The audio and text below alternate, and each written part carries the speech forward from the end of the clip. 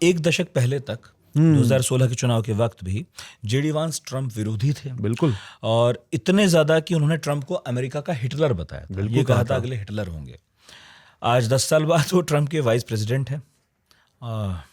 Trump भूल गए क्या? नहीं, आई थिंक ये बहुत अच्छी बात कही। सेक्रेटरी रूबियो का जो इंटरव्यू लिया हमने, उसमें मैंने तो पूछा उनसे ट्रंप की ऐसी कौन सी क्वालिटी है जो लोग मिसअंडरस्टैंड करते हैं। उन्होंने कहा कि वो एंगेज करने को तैयार होते हैं। अगर आप उनके विरोधी भी हैं तो एंगेज करने को जरूर तैयार हो जाते हैं। तो I think this explains why JD Vance. और जरा जेडी वैंस का सवाल है, येल गए, भारतीय महिला से शादी की। शायद उमा नाम है उनका। अब मैं नहीं यार, उमा नहीं है उनका नाम, सॉरी, होल्ड ऑन, उषा। हाँ, तो मैं अभी भी जेट लैग्ड हूँ। मैंने गलत बोला। हाँ। नहीं, मुझे एक समय लगा, एक सेकंड लगा।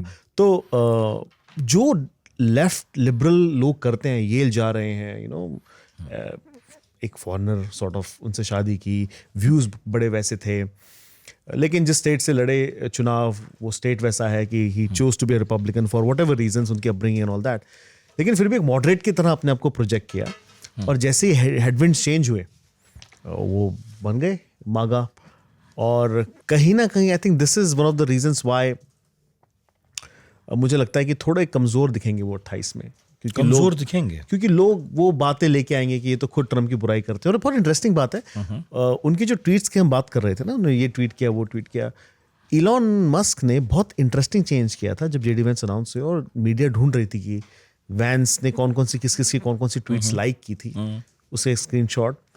रातों रात इलॉन मस्क ने चेंज करके कि वो चेंज किया कि अगर मैं किसी की ट्वीट लाइक करता हूं तो अब किसी थर्ड पर्सन को नहीं देख सकता। दैट वाज डन कि ये कहाँ का जाएगी टीम उनको देखने के लिए वैंस की। तो he made that change on x. अगले दिन से पता ही नहीं वैंस ने हिलरी की ट्वीट कोई लाइक की थी या ओबामा की थी, we can never know now.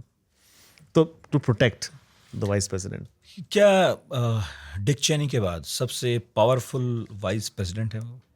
बनना चाहते हैं, है नहीं, बनना चाहते हैं, बनना जरूर चाहते हैं। जेलेंस्की की जिस तरह से उन्होंने उनको किया था, वो तो ऐसा लगा, उस फरवरी का महीना था, नए नए आए थे, ऐसा लगा था कि यही है जो है। पर वो तो ऐसा लग रहा था जैसे किसी, मतलब मैं वर्ल्ड अफेयर्स का शो करता हूँ, ऐसी भाषा का उपयोग नहीं करता, लेकिन वो ऐसा लग रहा था कि नहीं, आज तो रेडियो में तो हम कुछ भी कह सकते हैं, हम भटक जाते हैं, पर फिर भी कि किसी एक बड़े गुंडे के यहाँ कोई आदमी मिलने पहुंचा हो और बड़े गुंडे का, यानी मुन्ना भाई का सर्किट जो है बैठा है, वो समझ रहा, अरे भाई को तू नमस्ते नहीं बोला, अरे भाई को तो शुक्रिया नहीं बोला, तो बोला क्या, भाई सुन रहे हैं, भाई को बोलने की जरूरत ही नहीं है। अच्छा, तो उसमें इट्स एग्जैक्टली राइट है ना। तो वो ऐसा टाइम लगा कि उत्तराधिकारी हैं, अब तो दिखा ही रहे हैं। बट उसी में अगर हम दिखा पाए विजुअल्स तो एवरीबडी शुड, लेकर मार्को रूबियो ना एकदम ऐसे बैठे हुए थे, एंड ही वाज लाइक, चल क्या रहा है ये, what have I signed up for, right? वो जो होता है ना, मैं तो पढ़ा लिखा आदमी हूँ, सभ्य हूँ। तुम कर लो भाई पहले। और ऑन द रिकॉर्ड ये बात मैंने नहीं कही है। तो पढ़े लिखे नहीं नहीं है मैं दूसरी बात कर रहा था कि जो बाकियों के बारे में। बट पॉइंट इज कि तो हाँ, वो उनका वैंस का ये था।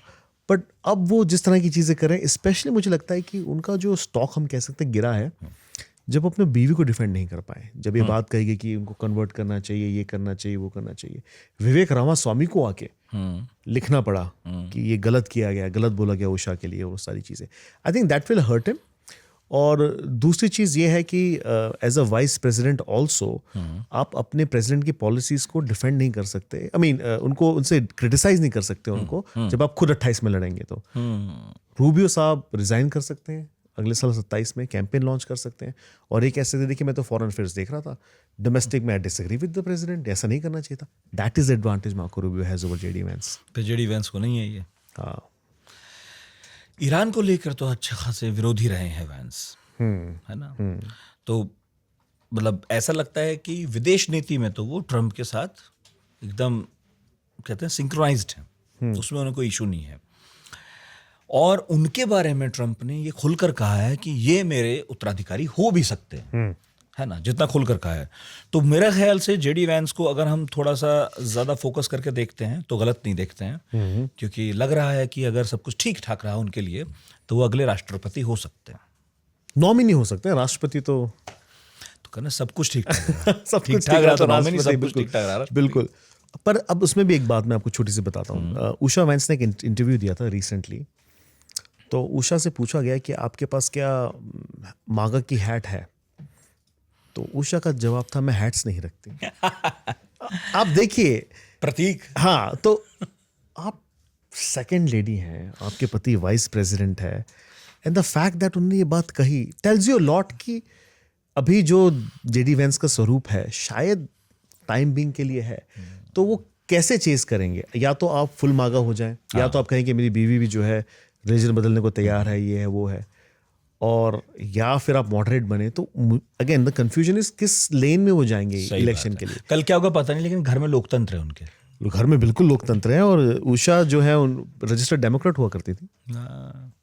तो बैकग्राउंड क्या है लेकिन जेडी वेंस का? वो व्हाइट हाउस में एंट्री से पहले क्या करते थे? एंट्री कैसे हुई उनकी? सेनेटर थे पहले, जैसे कि येल गए, प्राइवेट प्रैक्टिस में थे एज अ लॉयर। उसके बाद उन्होंने लॉन्च की अपनी campaign to become the senator बने, और उस टाइम उनकी मैसेजिंग ट्रम्प विरोधी थी।